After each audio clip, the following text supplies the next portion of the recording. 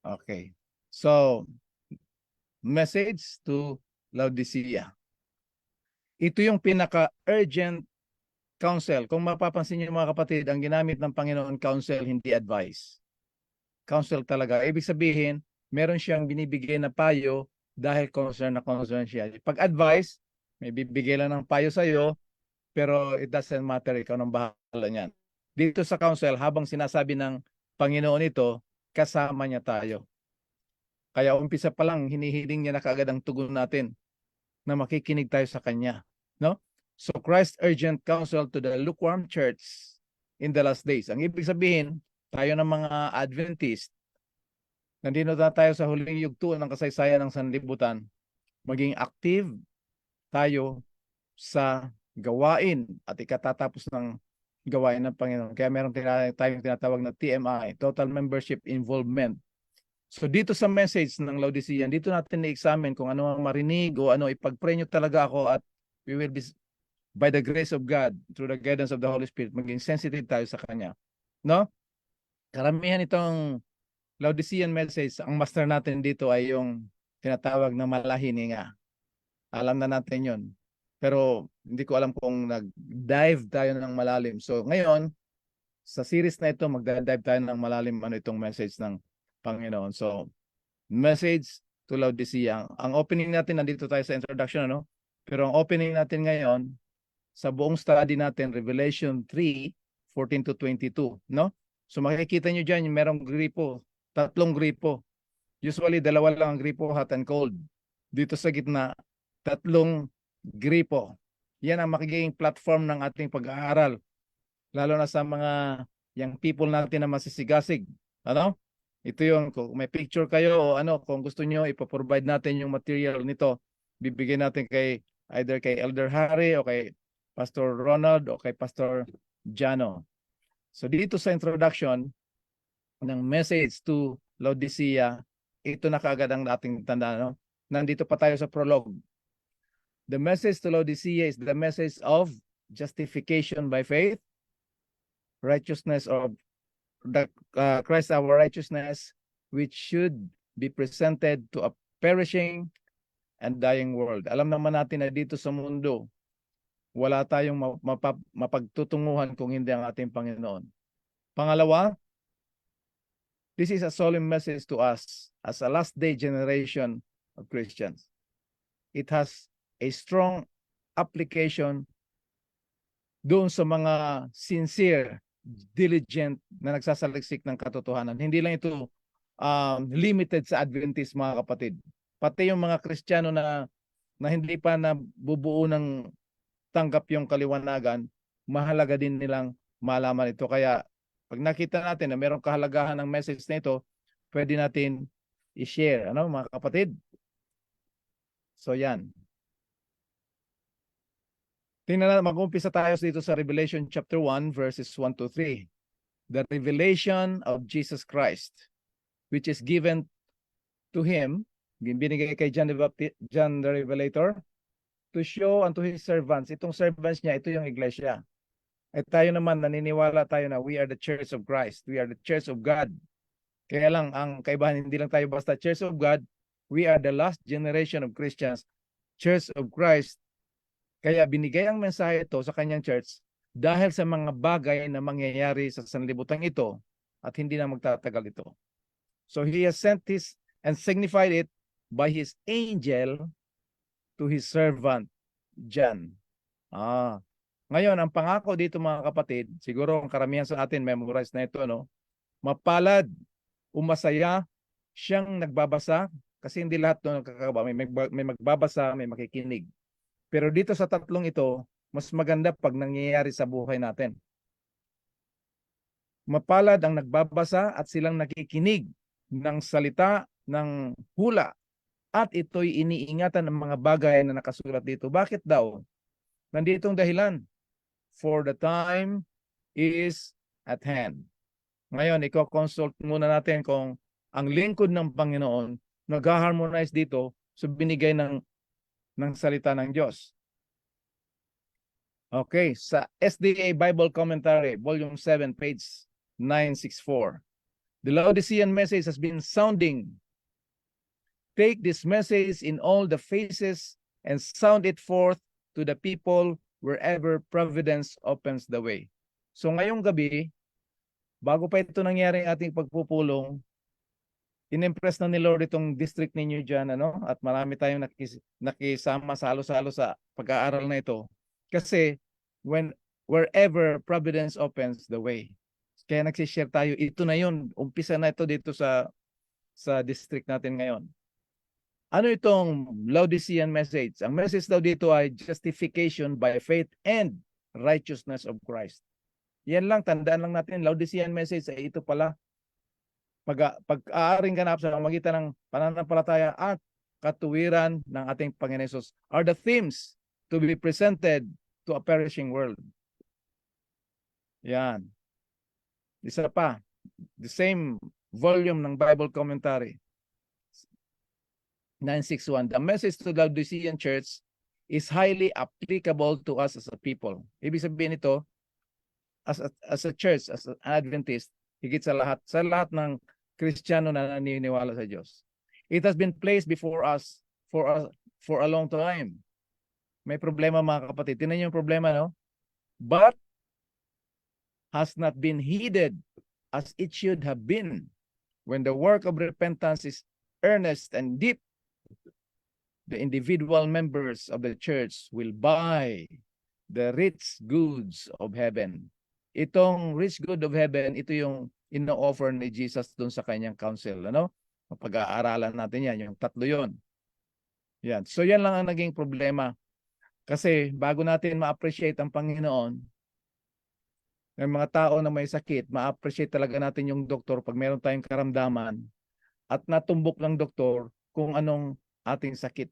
Kaya nagiging aware tayo.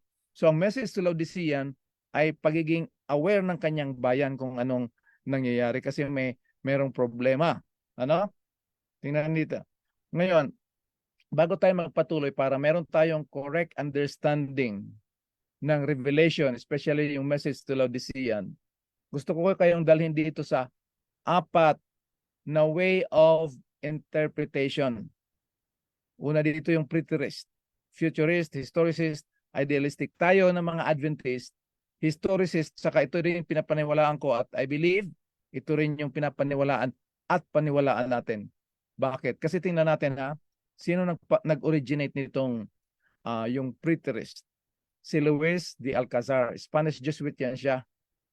Isa yan sa mga pari na ginagamit kasi matindi kung halimbawa this is not name dropping pero as a Roman Catholic Church parang sila yung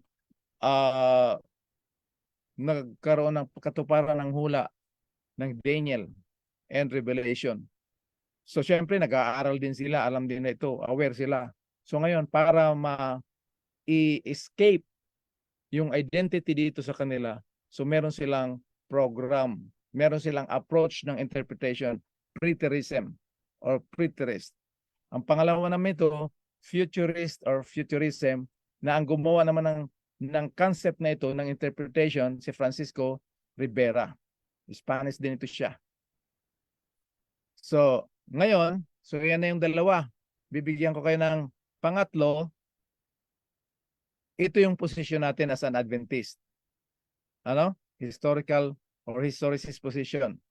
Itong position na ito, naniniwala tayo na yung hula sa Daniel and Revelation ay patuloy na pagtatala o ng propesiya ng hula na binigay ng Panginoon mula sa kasaysayan hanggang sa patuloy na nangyari hanggang sa matupad itong mga susulat dito.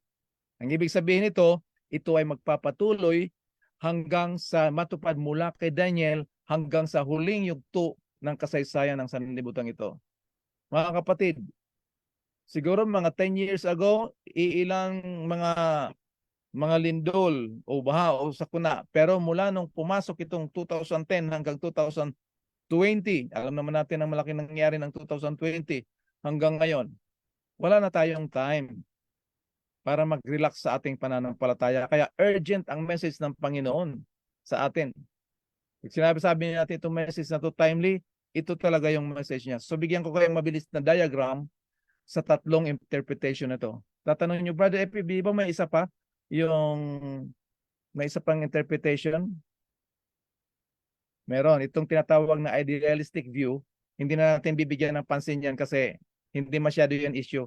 Ang pagturo nila, yung mga symbols daw doon sa Daniel and Revelation, meron lang yung spiritual meaning pero it has nothing to do sa ating mga pangyayari ngayon. So wag nating pansinin yan mga kapatid. Kung anong binigay ng Panginoon na liwanag sa atin sa iglesia, yun ang panghawakan, ingatan, gamitin, at isakabuhayan by the grace of God. Amen? Okay. So ngayon, ito yung diagram na gusto ko ipakita sa inyo sa mga pangyayari sa history. May pangnakaraan, pangkasalukuyan, at panghinaharap. Itong preterism or preterist, ang turo nila sa hula ni Daniel ay doon lang mismo nangyayari at natupad. Yung hula, yung propesya ni Daniel, doon lang natupad sa panahon ni Daniel. Ito naman yung futurism or futurist idea or concept ng pag-interpret ng prophecy ay mangyayari yan doon pa sa lahat ng pagkatapos na mangyayari sa sanlibutan. So dito makikita na natin na wala kang makikitang pangyayari tungkol sa little horn. Ang dragon, little horn, lahat ng mga kaaway ng Panginoon, no? Yung nagrebelde sa Panginoon. Tayo, ito yung ating position. Historicism or historicist. Na ito ay bumubuo ng patuloy na pangyayari mula sa ibinigay na hula, sa katuparan na nangyayari ngayon sa pangkasalukuyan at sa mangyayari in the future. So dito makikita mo yan, mag-umpisa doon sa prophecy na binigay ni Daniel. Ano? So mula sa gold, silver, bronze, hanggang doon sa iron and clay. Buo, mga kapatid, ang ating pag-aaral at pag-interpret ng Daniel and Revelation. So yan, makikita natin kung gaano kaiksi lang yung kasaysayan at napakabilis ng takbo ng kasaysayan at pangyayari dito sa mundo. Tingnan nyo mga kapatid, mula nung linalang ng Panginoon ang sanlibutan, nandito na kaagad tayo ngayon sa 2000. Kita nyo? So tayo, dito mula sa Babylonian captivity hanggang sa end time, nandyan yung interpretation natin ng hula ni Daniel and Revelation. So makikita nyo yung, hindi ko, kung sa cellphone kayo, maliit yan, ano? Pero yung iba nasa TV, dito sa Daniel, nandyan yung preterism. Tapos tayo dito, historicism, buo ang ating pag-aaral, interpretation, and we allow the Bible to interpret itself. Itong futurism, talagang sinabi nila dito sa hula ni Daniel, yung 70 weeks are determined upon the people. May itong silang tinatawag na suspended. So pag ito ang ginamit natin interpretation, hindi natin maunawaan ng buo kasi bakit natigil yung plano ng Panginoon. Ganyan kagaling si Satanas mandaya. Kaya by the grace of God, huwag tayong magdaya. We have to dig deep by the grace of God. Ano? So buo ang ating pag-aaral. Hindi lang tayo sa prophecy, kung hindi buong history ng kasaysayan na binigay sa atin ng Panginoon mula sa kanyang salita. Dito sa historicism, tukoy at pag-aralan natin at maibibigay natin ng mensahe kung bakit ganito ang buhay natin kasi meron ng kaaway ang Panginoon. Involved tayo dito sa great controversy. Ngayon tayo as a church, bilang iglesia, tayo ang binigyan at pinagkatiwalaan ng Diyos ng mensahe. So dito sa ating interpretation ng Daniel and Revelation at prophecy, nandyan yung baka masyado na maliit kaya pinalaki ko mga kapatid. Nandyan yung 2,360 years. Nandyan yung 2,300 evenings and mornings. Nandyan yung 70 weeks. Pagdating ng chapter 12 to 1,290, 1,335, kasama rito yung events, yung prophecy ng Revelation 13 to 19. Ano? Kasi yung chapter 12, yan yung preparation for the war. Spiritual war itong mga kapatid. Ang actual war dito na nag-umpisa sa 13 hanggang 19. Unit yan. Introduction pa lang ito mga kapatid. Dito naman, yan ang buo natin. So umpisa natin dito sa Daniel. Yung Daniel interpretation, para hindi tayo maligaw, ang tawag dito sa Daniel ay hermeneutic principle of parallelism. Sa chapter 2, chapter 7, chapter 8 hanggang chapter 12, iba't ibang mga pictures ang pinakita ng Panginoon kay Daniel, pero isang ibig sabihin, kagaya ng head of gold sa chapter 2, lion na may pakpak sa chapter 7, at doon sa chapter 8 wala na. Pero kung papansinin niyo mga kapatid, nag-iiba, no? Sa chapter 7, mga wild beasts. Pag chapter 8, mga sacrificial animal offerings. Ano? So chapter 2, bato na pumukol sa estatwa at nabasag. Chapter 7, judgment. Chapter 8, cleansing of the sanctuary. Ito ay iisa lang, it belongs to the kingdom of God. Itong mga kingdoms dito, kahit apat sila, o apat tapos dumami, they belong to one kingdom, the kingdom of this world that will come to an end, that will be destroyed. Pero yung bato, yung judgment, yung cleansing of the sanctuary, it belongs to another kingdom, the kingdom of God, which shall not come to an end. It will stand forever. It will not be destroyed. So, ang panawagan ni Lord ngayong gabi, bilang kanyang mga anak na minamahal at pinagkatiwalaan ng mensahe, anong kingdom ang pipiliin natin? Piliin na natin yung kingdom of God kasi inihanda niya yan para sa atin.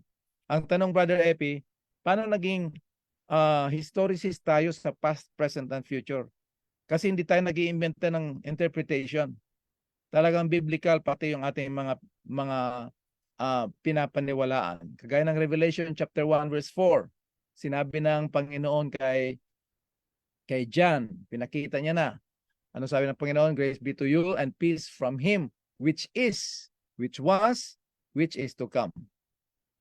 From the seven spirits. Yung highlight lang para makatipid tayo ng panahon. Revelation 1:8, sorry. I am the Alpha and Omega, the beginning and the end, said the Lord.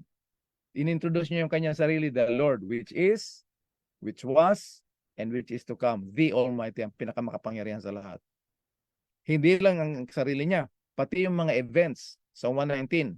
Write these things with yung nakita at yung mga nangyayari at mga mangyayari pagkatapos nito. So yan ang platform.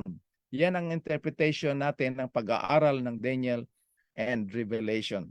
So punta tayo ng Revelation. Ang approach ng Daniel, yung pinakita ko sa inyo kanina, hermeneutic principle of parallelism. Parallel siya. Head of gold, lion.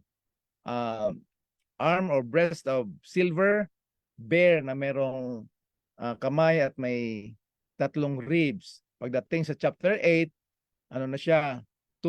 Tupa na merong 2 sungay. It talks about the same kingdom.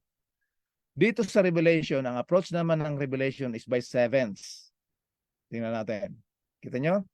7 spirits, 7 churches, 7 golden lampstands, 7 angels, 7 stars, 7 lamps of fire, 7 seals, 7 horns, 7 eyes, 7 trumpets, 7 plagues, 7 bowls, 7 heads, mountains, kings.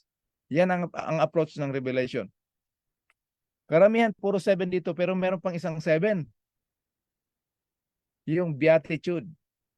7 beatitudes of revelation of Jesus Christ. Ang ganda nito. Kaya napakasarap mga kapatid mag-aral ng salita ng Diyos. Nakakatama dito, tsaka boring sa ating likas. Pero once nakita natin yung matchless charm ni Jesus, mai-excite talaga tayo. Okay. So yan. Blessed are those who read. Blessed are the dead in the Lord. Blessed, pag sinabing blessed, masaya, happy are those. So blessed are those who are invited in the marriage supper of the Lamb. Blessed and holy is he that has part in the first resurrection. So nandito yung 7. Ngayon, ito na yung 7 iglesia. Hindi natin pag-aaralan, pero ipapakita ko lang sa inyo, sa mga kabataan natin, alam ko na masisipag tayo mag-aral dyan sa Pilipinas. So ito yung 7 churches. Pero papansinin nyo kung anong issue ng mensahe ng Panginoon. Maliban lang dito sa Smyrna, kasi matindi ang pinagdaanan nitong second church. Pero laging ang ina-address ng Panginoon at iba-ibang kanyang title ng pag-address sang ayon sa kanilang kalagayan. laging alam ko ang inyong gawain. So works. Okay? Works. Lahat ng maliban sa Smyrna, ang issue talaga ay works.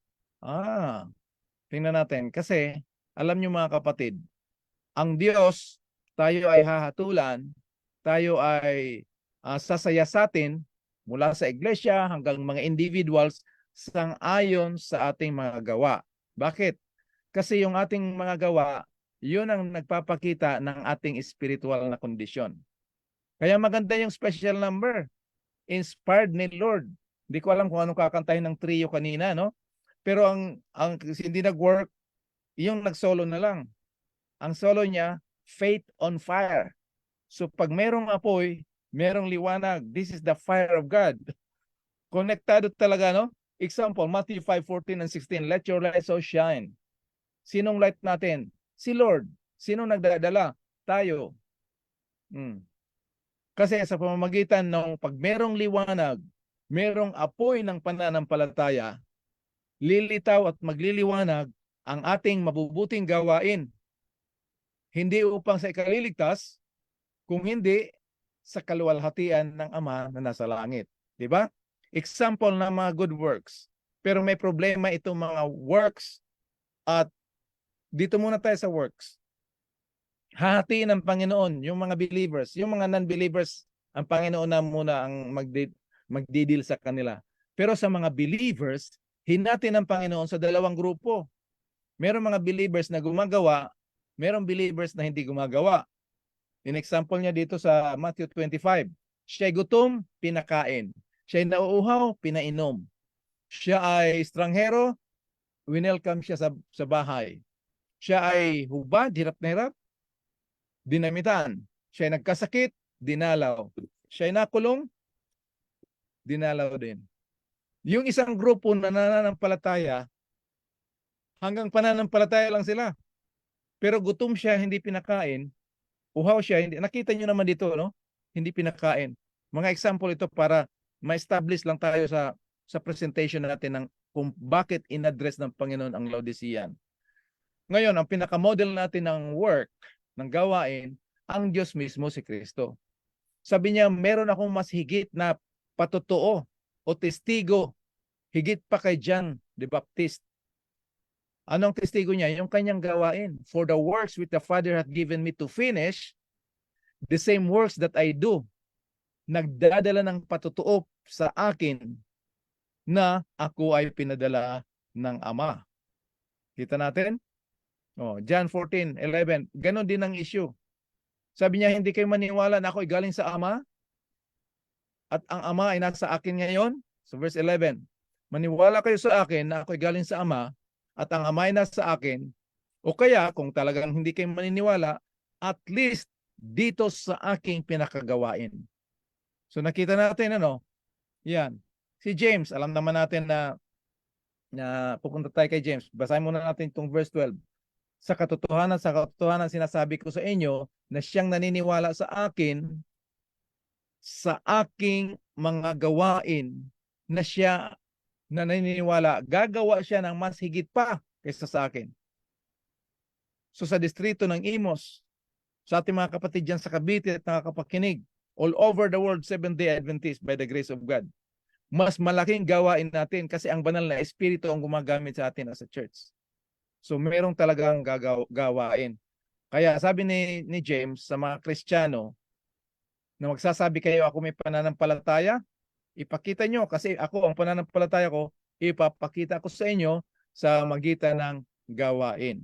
Ang ibig sabihin nito mga kapatid, ang tunay buhay na nagmumula sa Diyos na pananampalataya sa mensaheng pag-aaring ganap, ang katuwiran ng ating Panginoong Hesus ay laging namumunga ng mabubuting gawa para sa kaluwalhatian ng Diyos. Okay? Anong sabi ni Pedro sa mga believers? Kasi meron tayong mga bagong terms ngayon, yung mga marites, yung i-falsely accuse tayo. Anong gagawin natin bilang mga Kristiyano? Anong sabi ni Pedro? Mamuhay kayo ng maayos sa gitna ng mga walang pananampalataya. Kahit na pinaparatangan nila kayo ngayon ng masama, hindi na ginagawa, pero pinamaratangan. Huwag tayo magre-react doon. Magpupuri sila sa Diyos sa araw ng kanyang pagdating. Bakit? Pagkat nakita nila ang inyong mabuting gawa. Pupuri sila sa Panginoon. Kaya pag mayroong mga false accusation, huwag nating i-entertain. Kaya ako sinasabi ito, hindi, ewan ko lang sa inyo, kasi ako victim, ako lagi niyan. Kaya praise God na pinapagising niya sa ating diwa na ganun pa lang ating reaction. Mamuhay tayo ng maayos sa gitna ng mga hindi na nananampalataya. So last part ng ating introduction, merong basic terms, 4 na basic terms na ginagamit ng Panginoon sa bawat iglesia. Yung kanyang pagbigay pugay, pagpuri. He points all the good points every church in its period of time. Ano? So, pumupugay siya doon. Tapos, sinasabi niya kung anong sitwasyon, sinasaway niya sa pamamagitan ng kanilang mga gawain. Tapos, dahil doon kay may problema yung gawain, binibigyan niya ng payo. Pero yung payo nito, counsel, hindi siya advice. Pang-apat, bawat sitwasyon ng pagbigay niya ng counsel, pag ito ay kanilang pinakinggan, talagang mayroong pangako ang Panginoon. So yun ang pundasyon ng ating pag-aaral ngayon. Kaya mag-uumpisa na tayo sa ating message ngayong gabi. So Laodicean is addressed. Tinutukoy ng Panginoon ang iglesia ng Laodicea. So the Church of Laodicea, yan yung mga sitwasyon doon ngayon, mga ano na lang, mga remains na lang yan. Anong sabi ng Panginoon, ng true witness, si Jesus? Isulat mo ito para sa anghel na nagbabantay sa iglesia ng Laodicea. Analyze natin mga kapatid, no? Pinasulat ng Panginoon ito kay John para kanino? Sa anghel na nagbabantay sa iglesia ng Laodicea. Ito ang mensahe na tinatawag na Amen. Pinapakilala niyo yung kanyang sarili. Ang tapat at tunay na saksi, siya ang pinagmulan ng lahat ng nilalang ng Diyos. Tamang interpretation ito kasi sa King James, beginning of all creation, parang yung background ng ating mga pioneers, Aryans tayo, parang si Jesus parang may pinagmulan. Pero itong translation talaga, siya mismo ang pinagmulan. Kung wala siya, mamaya makikita natin yan. Okay? So ito yung message. Ito yung pag-address doon sa iglesia ng Laodicea. Okay. So ngayon, umpisa na tayo ng message, ano? I hope I will finish bago mag 8:15. The message to the 7 churches are Christ's evaluation of the spiritual condition of Christian church during the different periods of church history. Anong issue dito? I know their works. So, pag tinitingnan ng Panginoon, ng Diyos ang ating mga gawain, ito ay ang kanyang pagsasayasat patungo sa ating spiritual na kondisyon. Kung ano ang ating, yung spiritual condition, kung anong ating ugnayan sa Panginoon. Dalawa ito, no? Pangalawa, ang mensaheng ito ay meron tayong application sa kanyang bayan. Bilang kanyang bayan, bilang kanyang iglesia na pinagkatiwalaan. Tingnan natin anong sabi ng lingkod ng Diyos. Testimonies, Volume 1, page 186. I was shown that the testimony to the Laodiceans applies to God's people at the present time. So umpisa pa ito ng panahon pa nila Ellen White, ano? And the reason it has not accomplished a greater work. Ready na tayong masermonan, mga kapatid? Mula pa nang itinatag ng Panginoon itong iglesia niya, ng layunin ay to restore and to proclaim and to demonstrate the everlasting gospel. The reason it has not accomplished a greater work is because of the hardness of their hearts. Sino itong their hearts? Tayo. Huwag natin itong i-apply sa ibang tao, ibang denomination. Tayo mismo ito bilang mga Kristiyano. Lungkot, ano? Tingnan mo. So ito yung address ng Panginoon. So dalawang point ang ating makikita dito. Sino ang tumutukoy at kanino niya ito pinaparating ang mensaheng ito. So magbabasa muna tayo. Linagay ko na lang dito Tagalog para mas heavy ang arrive, ano? Pinapakilala ng Panginoon na siya yung Alpha and Omega, ako ang Panginoong Diyos. Sabi niya, pangkasalukuyan, nakaraan, siyang darating at makapangyarihan sa lahat. The Almighty. Si Jesus yan, the Almighty. Jesus is not just a mighty God. He is the mighty God. Ako'y si Juan na inyong kapatid at kasama sa kapighatian at pagtitiis na naranasan ng mga kabilang sa kanyang kaharian dahil sa pagkakaisa kay Jesus. Noong ako'y nasa isla ng Patmos, sapagkat ipinangaral ko ang salita ng Diyos at nagpatotoo ako para kay Jesus. Ang gusto ko ipaabot dito mga kapatid, kasi dito sa Revelation, meron siyang pattern. Kung makikita niyo yung naka-green dyan, yan yung pattern niya. Ano yung word dyan? Narinig. Noon ay araw ng Panginoon at habang nasa ilalim ako ng kapangyarihan ng Espiritu, narinig. Nakita niyo yung word na narinig? I heard. Pattern yan. Narinig ko mula sa aking likuran ang isang malakas na tinig na parang tunog ng trumpeta. Tandaan natin mga kapatid, ang narinig niya ay parang tunog ng trumpeta. Kasi trumpet is the most unique of all musical instruments. Pag tumunog itong trumpet, siya yung pinaka-unique, wala nang iba. Ang ibig sabihin nito, merong unique na mensahe ang Panginoon. So anong verb na nakita natin dyan? Narinig. Pattern ito mga kapatid. Sabi niya, isulat mo sa isang aklat ang inyong nakita, ipadala mo ito sa 7 iglesia. So ina-address dito 7 iglesia. Nandiyan yung 7 iglesia.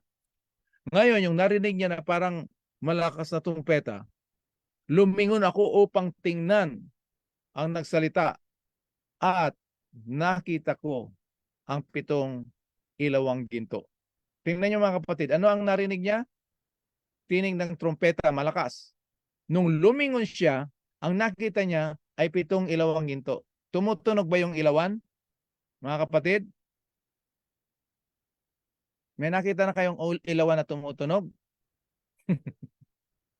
Kaya dito makikita natin, tandaan natin, lahat ito ay mga symbolic para ma-connect ng Panginoon ang kanyang spiritual na mensahe. Gagamit siya ng mga literal na bagay para makakonek yung tao kasi carnal yung mind natin, hindi tayo makaunawa. So gagamit ng Panginoon. So yung pattern na ibig ko sabihin, narinig, nakita, mababasa mo yan, makikita mo yan sa buong presentation ng Revelation. Kagaya sa Laodicea, narinig niya yung 144,000. Dito yung sa lupa. Ano? Pagdating sa verse 9 ng chapter 7, Revelation chapter 7, hindi niya na narinig, nakita. So nandyan yung pattern ng narinig, nakita. Iba yung narinig niya, iba yung nakita niya. Pero isang bagay. Kasi nandyan yung senses to attract our attention doon sa Panginoon. So nakatayo siya sa gitna at dinescribe dito kung sino ang Panginoon. Sa iba siguro, alam nyo na ito, master nyo na ito. Tumutukoy ito sa ating Panginoong Jesus para to save time. So, basahin nyo na lang. Basta ito ay Revelation chapter 1 verses 8 to 16. Yan yung description ng Panginoon. Kaya nagbigay ako dito, naghanap ako ng picture para makita natin. No?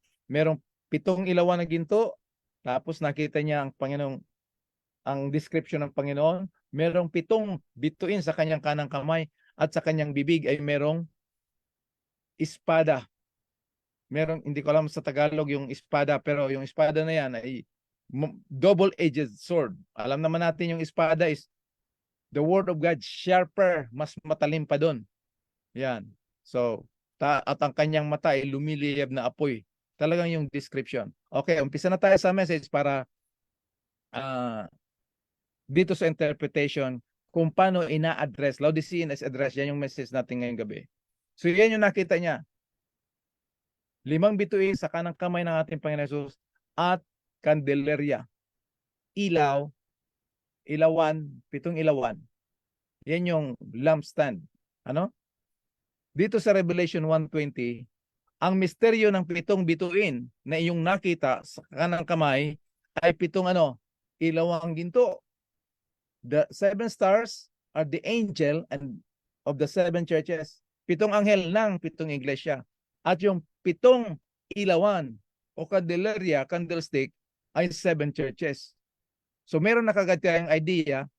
Sabi ko sa inyo, we as a church, as an Adventist, we don't make any interpretation of our own. Kasi yung Bible hindi pwedeng private interpretation. So we allow the Bible to interpret ourselves. The 7 stars are the angels. The 7 candlesticks are 7 churches. Oh, kita nyo? So yung liwanag na yan, iisang liwanag yan, ang ating Panginoong Jesus. Yung candelaria, yung ilawan, excuse me. Tayo yan, yung iglesia. Tayo ang nagdadala ng iisang ilaw. Kaya by the grace of God, we will bring and share and preach the truth na kung maiwasan natin yung mag-engage tayo ng mga debate. Because debate produces heat. What God wants us to bring to the world is light, liwanag. Ano? So, ang layunin ng ating prayer meeting ngayon, ng ating pag-aaral sa Laodicea, by the grace of God, under the guidance of the Holy Spirit, is produce light, not heat. Okay. So, dyan nakita natin. So, itong Laodicean message, ina-address doon sa angel. Kasi using angel dito sa prophecy or symbol, it refers to spiritual leaders of the church. No? So, Hebrews chapter 1, verse 14, iba-ibang translation, Amplified Bible, Contemporary English. Are not the angels all ministering spirits, servants, sent out in the service of God for those or of those who are to inherit salvation? Sa Good News Translation, spirits who serve God and are sent by Him to help those who receive salvation. New International Version, angels, ministering spirits sent to serve those who will inherit salvation. So, sinong isisave ni Lord? Lahat ng tao. Kaya kailangan may mensahe para marinig nila at sila ay sumampalataya because faith comes from hearing and hearing the Word of God. Tingnan nyo, oh. Sa Living Bible, ang tawag doon, messengers. Kita nyo na? Yung angel, ministering spirits. Sa Living Bible, messengers. Sa Pulpit Commentary, chief officers. Ang ibig sabihin nito, ikukonsulto natin sa lingkod ng Diyos. Anong ibig sabihin itong messengers? Ready na kayo mga kapatid? Mga stars yan, ha? Anong sabi ng Panginoon? Gospel workers, page 13 and 14. God's ministers are symbolized by 7 stars, which He, who is the first and the last, that is Jesus Christ, has under His special care and protection. The sweet influences that are to be abundant in the church are bound up with these ministers of God. Oh, may idea na tayo mga kapatid, ano? Who are to represent the love of Christ. The stars of heaven under God's control. He fills them with light, truth, liwanag ni Kristo, the Word. He guides and directs their movement. If He did not do this, they would become fallen stars. Hindi, no? Example nito, leaders talaga ang ina-address ng Panginoon dito kasi may problema yung buong iglesia. Kagaya ng Acts. Halimbawa, Acts chapter 20 verse 17. Pagdating ni Pablo, nagbabiyahe sila, no? Mula sa Mileto, ipinatawag ni Pablo ang mga matandang pinuno, elders, King James, elders ng iglesia na nasa Efeso. Pagdating ng verse 28, binigyan niya ng warning. Sabi niya, sa mga elders na pinatawag niya, ingatan niyo ang inyong sarili at ang buong katawan, that's the church. Sa kanila'y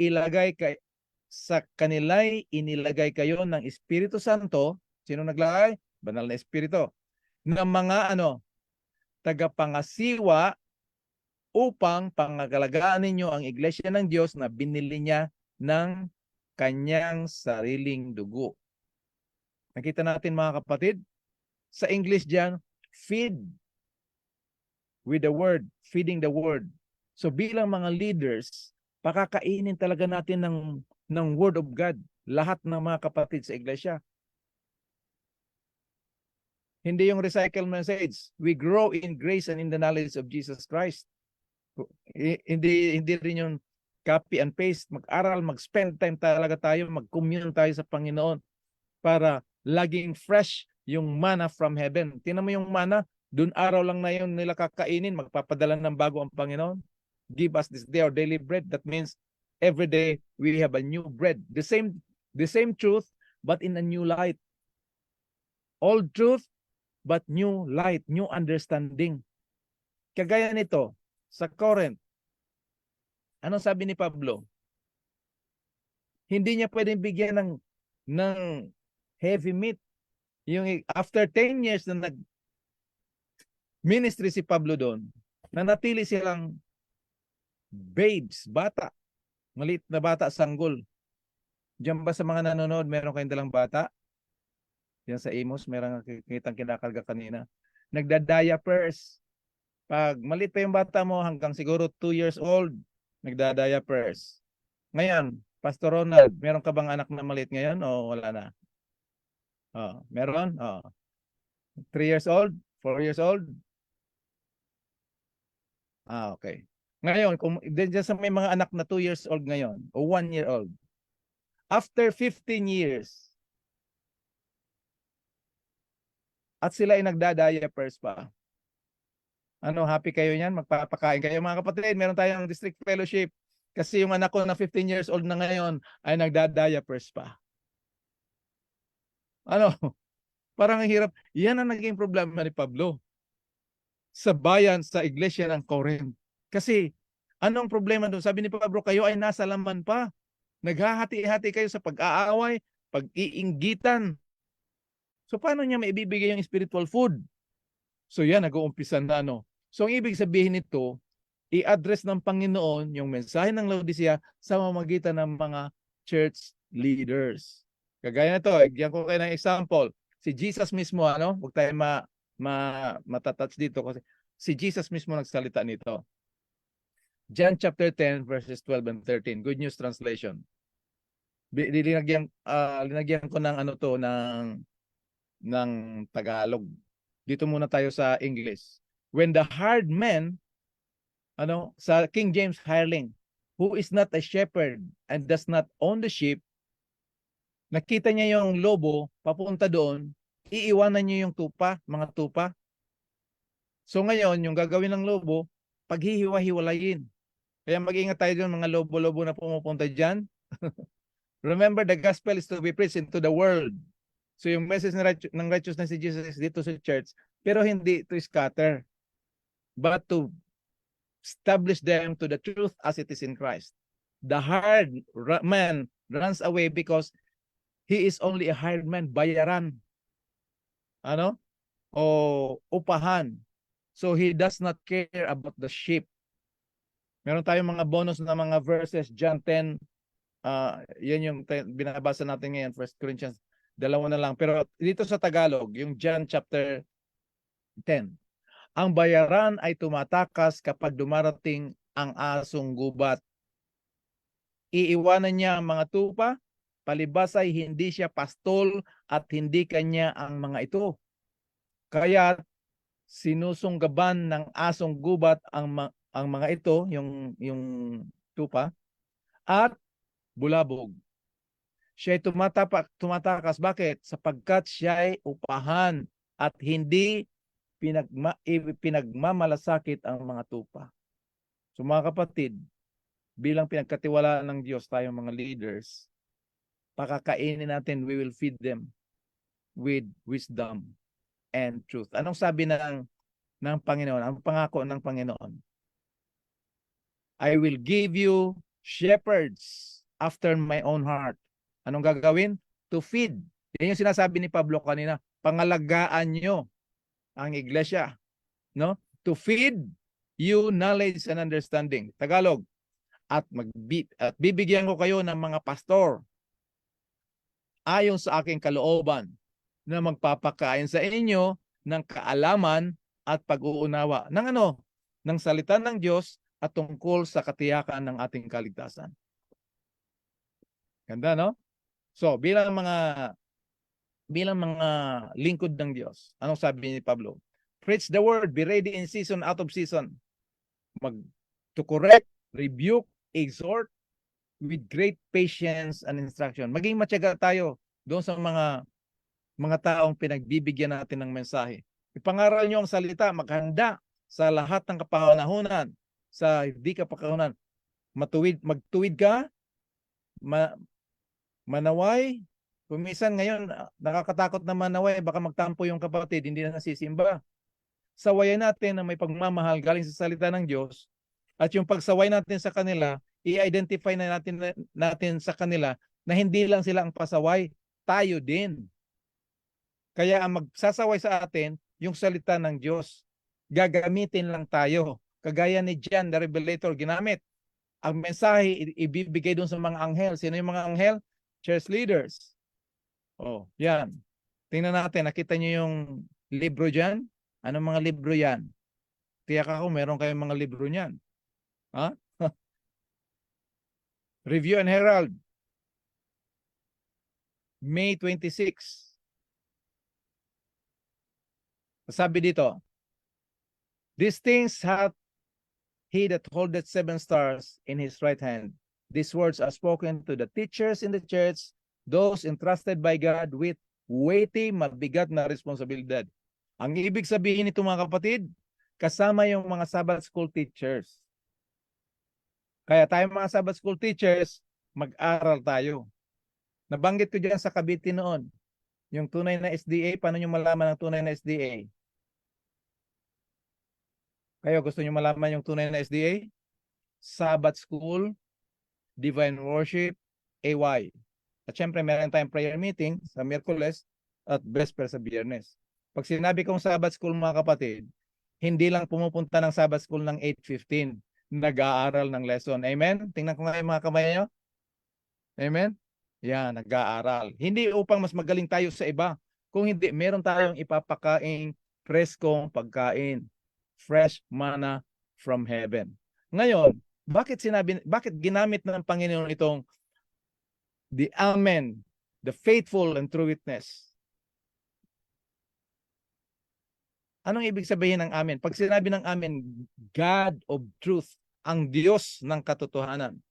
Because the one who is blessed on the earth will be blessed by the God of truth, and the one who swears an oath on the earth swears by the God of truth, because former troubles are forgotten and because they are hidden from my sight.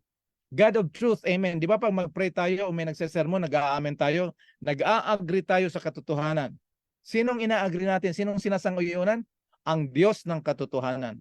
Bakit kailangan ni Kristo ipakilala yung sarili niya sa Laodicea na siya yung Diyos ng katotohanan, tapat at tunay na testigo? Kasi may problema mga kapatid.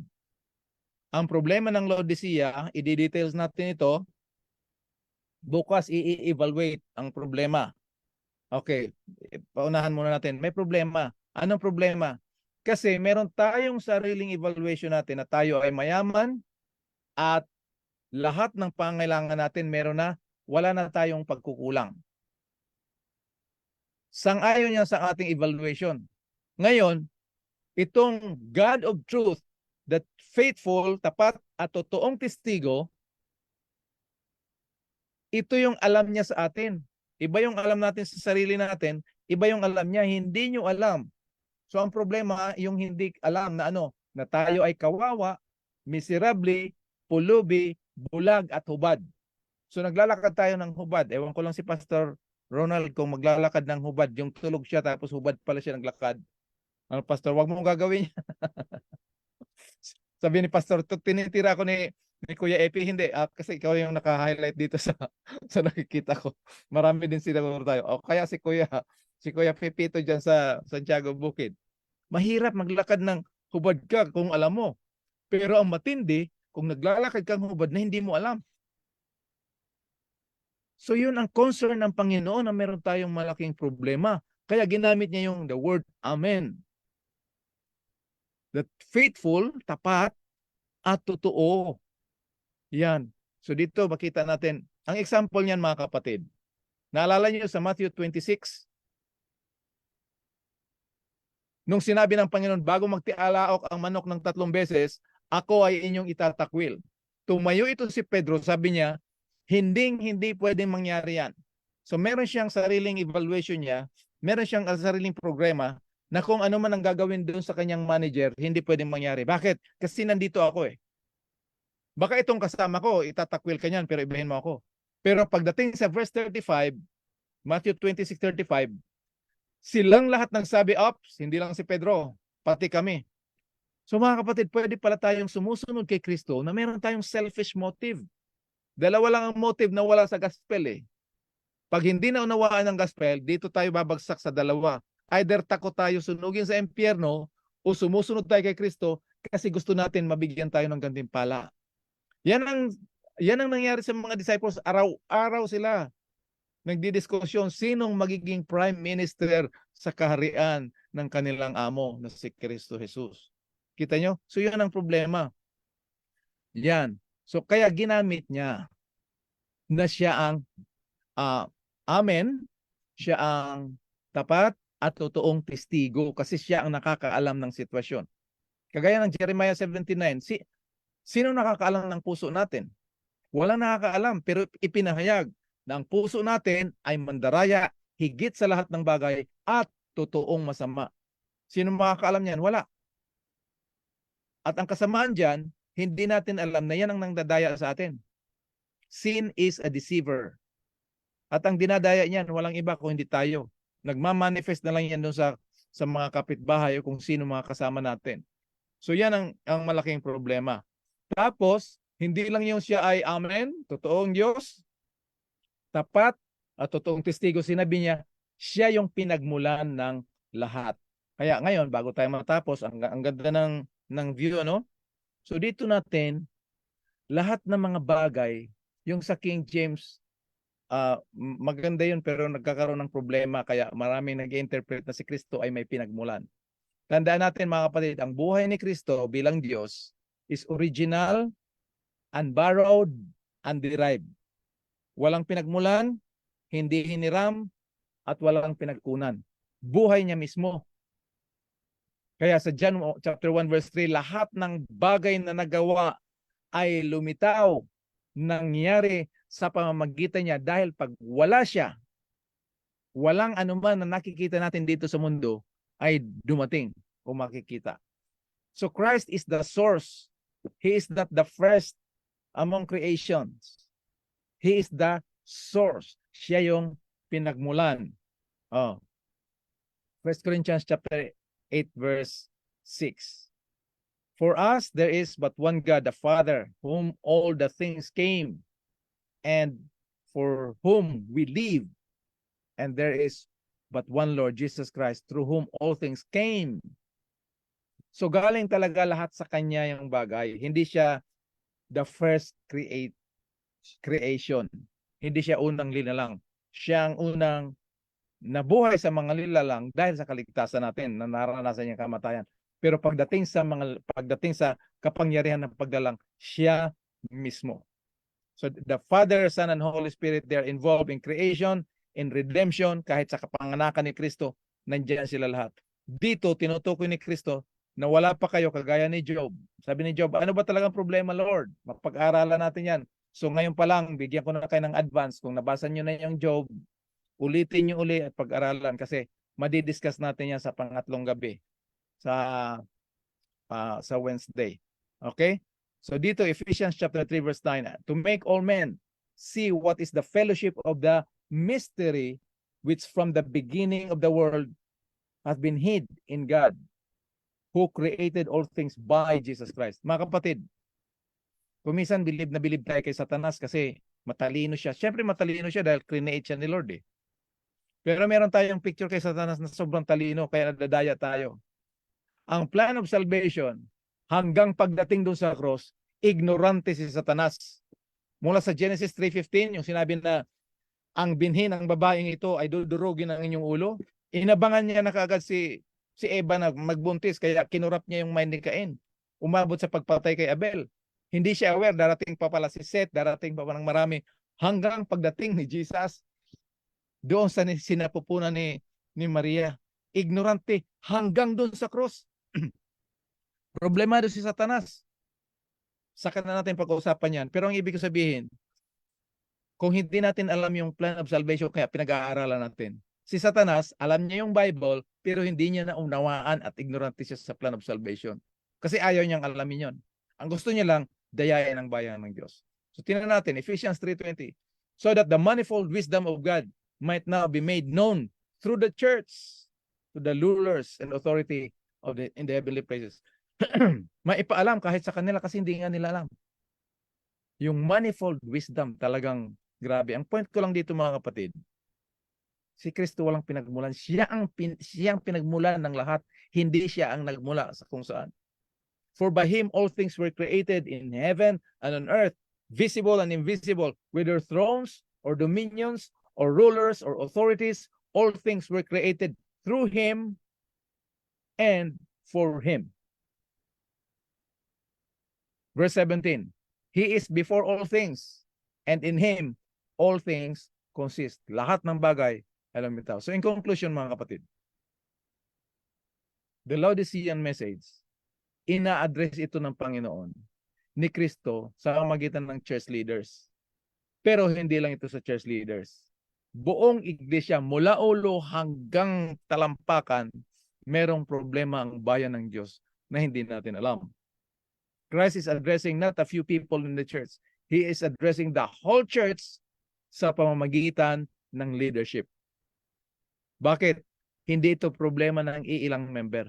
Ito ay problema ng buong katawan ng Panginoon dito sa last generation of Christians, higit sa lahat, tayong lahat. Ngayon, titingnan natin sa series na ito, ano bang problema? Ano yung bagay na hindi natin alam? At ano yung nagdaya sa atin? Kaya bukas ng gabi mga kapatid, huwag tayong mawawala, tuloy ang ating prayer at pag-aaral kasi bukas sasaya sa atin ng Panginoon. Laodicean is evaluated. God bless us all and let's continue to study and spread the word. Be faithful, sabi ni Jesus, to the end. God bless us mga kapatid at magandang gabi.